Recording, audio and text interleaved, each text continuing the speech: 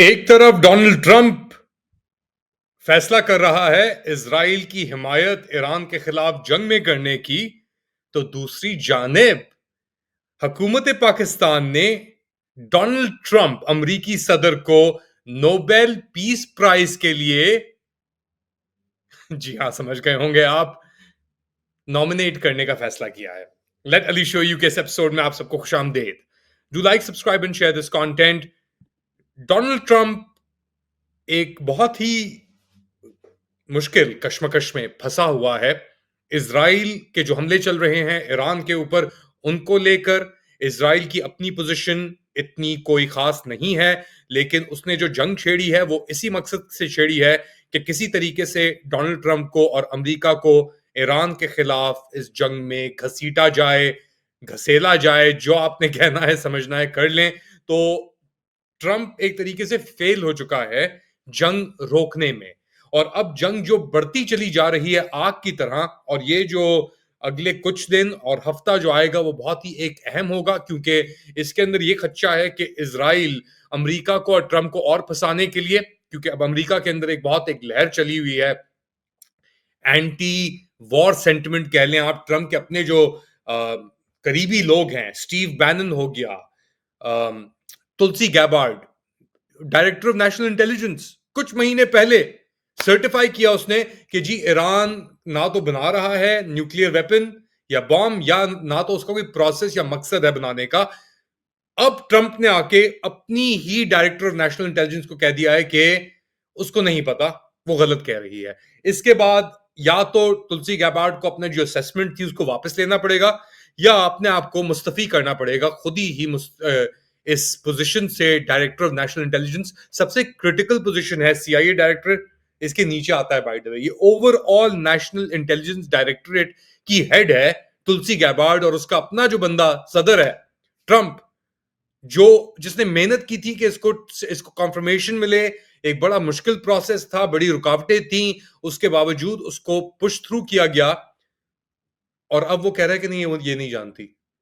तो ये बंदा जो हर तरफ से, और अब तो ये भी खचाते हैं, वो खुल के कह रहा है कि ईरान तो मुझे कत्ल करना चाह रहा था।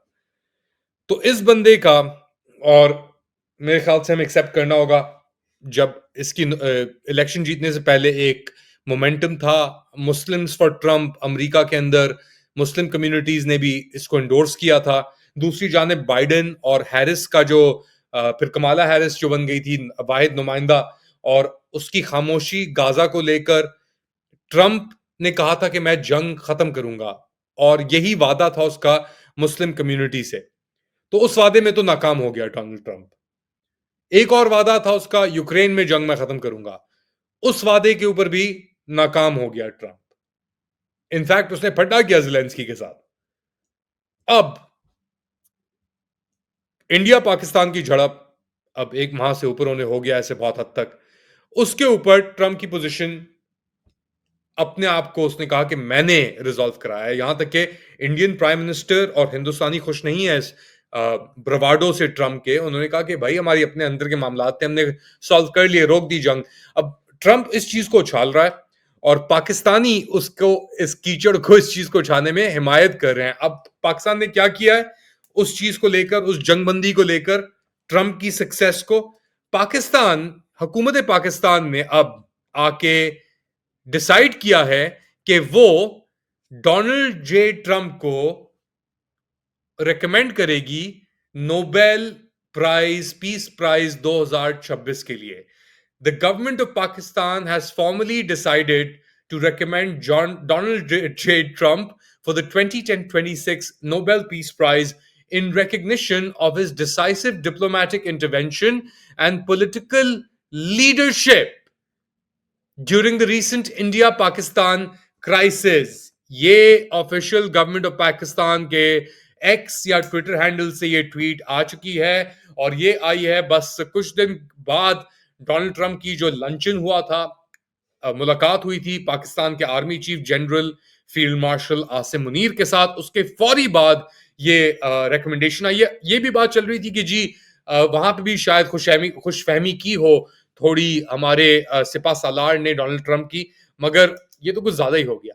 क्योंकि यहां पे ये बंदा आपके नेबरहुड के अंदर ही जंग छेड़ने की बात कर रहा है, और दूसरी जानिब आप कह रहे हैं नहीं नहीं, हम तो आपको नॉमिनेट कर रहे हैं नोबेल पीस प्राइज के लिए।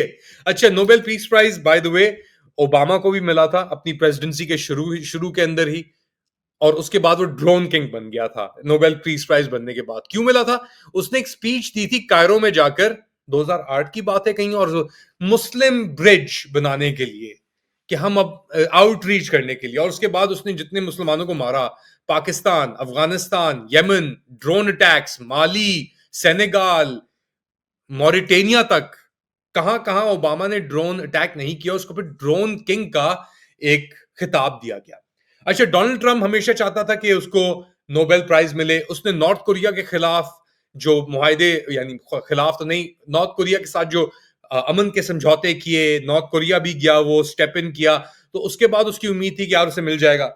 इब्राहिम अकॉर्ड्स ने करवाए इजराइल, मुत्तहदा अरब अमारात और बहरीन के दरमियान, उसके बाद उसने कहा उसे मिल जाएगा, नहीं मिला, और फिर उसकी सदारत खत्म हो गई, और जिन सर्कमस्टांसेस में भी हुई वो हमें पता है।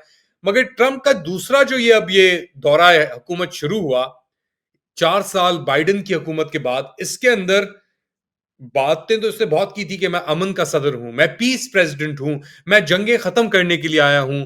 मगर ट्रंप के आने के बाद दुनिया में जंगें बढ़ती चली जा रही हैं, और याद रखें, दूसरी जंग अजीम एकदम शुरू नहीं हुई थी। दूसरी जंग अजीम को भी शुरू होने के अंदर 3-4 साल बाद पता लगा था यार तो हम एक बड़ी जंग अजीम में फंस गए हैं। शुरुआत हुई थी पोलैंड तक, इधर उधर छोटी छोटी झड़पें, यहां पे वहां पे, जर्मनी और फिर ब्रिटानिया और ये सब कुछ, और फिर आपने कहा है तो जंग हो गई है। जापानीज फ्रंट अलग था, सोवियत जर्मन फ्रंट अलग था, जर्मन ब्रिटिश फ्रंट अलग था नॉर्मंडी के साथ, और इस तरीके से तो एक प्रोसेस चला, उसके बाद जाके हुई। हम भी कुछ इसी प्रोसेस का एक शिकार आप कह लें, या उसी एक प्रोसेस के थ्रू हम जा रहे हैं कि जंग फेजेस में शुरू हुई है। शुरुआत हुई यूक्रेन रशिया के साथ, उसके बाद ये चीज फैली इजराइल गाजा के ऊपर, फिर ये इंडिया पाकिस्तान की झड़प हुई, और वो फिर अपना रुक गई है मगर फिर चलती भी रही। चाइना ताइवान के दरमियान इश्यूज चल रहे हैं। अफ्रीका के अंदर तो एक कांस्टेंट चीज है, मगर अभी अफ्रीका उस तरह अहमियत उसने इस बैनुल अक़वामी जंग के अंदर ऐसी कोई खास अहमियत नहीं है। तो अब लग ये रहा है कि अब एक जंग बढ़ रही है, एक बैनुल अक़वामी जंग, और फ्रंट्स उसके क्लियर हो गए हैं। ईरान, पाकिस्तान का बॉर्डर, ईरान, गल्फ ममालिक, Israel, Russia, Ukraine, European front, China हर तरफ मौजूद एक तरीके से। और अभी चाइना और रशिया के दरमियान एक्चुअली चाइनीज डेप्यूटी लीडर्स और प्रेसिडेंट पुतिन की एक रशिया के अंदर सेंट पीटर्सबर्ग में एक फोरम हुआ है, बहुत ही एक्सटेंसिव फोरम, वहां पे दोनों लीडर्स बोले हैं, और पुतिन ने बात भी की है कि वो ज़ेलेंस्की से मुलाकात कर सकते हैं, मगर एक नई लीडरशिप को आना पड़ेगा। और असली लीडरशिप जो है यूक्रेन की, अब असली लीडरशिप से क्या मुराद है, क्या रशियन स्पीकिंग मुराद है, तो एक नया ब्लॉक इमर्ज हो चुका है, और उसके ऊपर ये सुने कि पुतिन क्या कह रहा है, और फिर रशियन लीडर शी जिनपिंग नहीं, उनके डेप्यूटी गए थे उधर, वो क्या कह रहे हैं इस फोरम के अंदर। Вы сказали по поводу областей на Украине, которые мы считаем своими.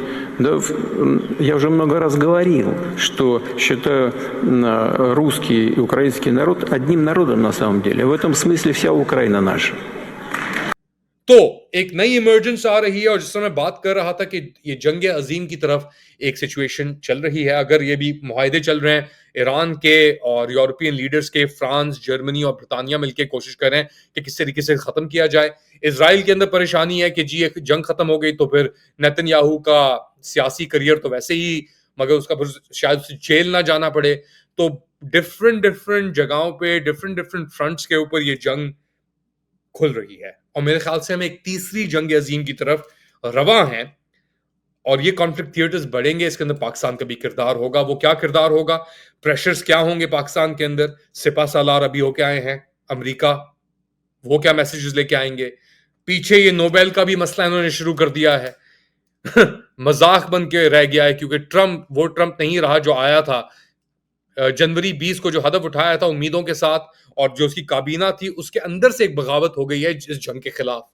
और ऐसे वक्त में जब ट्रम्प के अपने रैंक्स के अंदर बगावत हो गई है, तो पाकिस्तानी इसे नॉमिनेट कर रहे हैं नोबेल पीस प्राइज, यानी अमन अवार्ड के लिए नोबेल का, इसको government of Pakistan officially recommend या नॉमिनेट करने की बात कर रही है। अब इतनी चापलूसी, इतने उठाने, ऐसे वक्त में जब आपके नेबरहुड के अंदर ये बंदा जंग शुरू कर सकता है, और ये अब टैक्टिकल न्यूक्लियर वेपन ड्रॉप करने की बातें कर रहे हैं फोर्डो के ऊपर, क्योंकि इनको पता नहीं कि बंकर बस्टर पहुंच सकेंगे कि नहीं पहुंच सकेंगे। तो एक कैच 22 के अंदर अब आके फंस गए, और पाकिस्तान ने अपने आप को एक डेफिनेटिव साइड ले ली है ऐसे वक्त पे जब आपका खित्ता खतरे में है, और आपका ईरान भी नेबर है, चाइना भी नेबर है, एक नई इमरजेंस हो रही है उनके ब्लॉक की। तो पाकिस्तान कुछ आउटडेटेड आइडियाज के साथ नहीं चल रहा। और क्या सिपा सालार का ये जो लंच हुआ है, लंचन, ये कहीं पाकिस्तान को कुछ ज्यादा भारी नहीं पड़ जाएगा? आप क्या समझते हैं, बताएं मुझे कमेंट सेक्शन में। Do like, subscribe and share this content. अपना ख्याल रखिएगा, अगली बार तक अल्लाह हाफिज।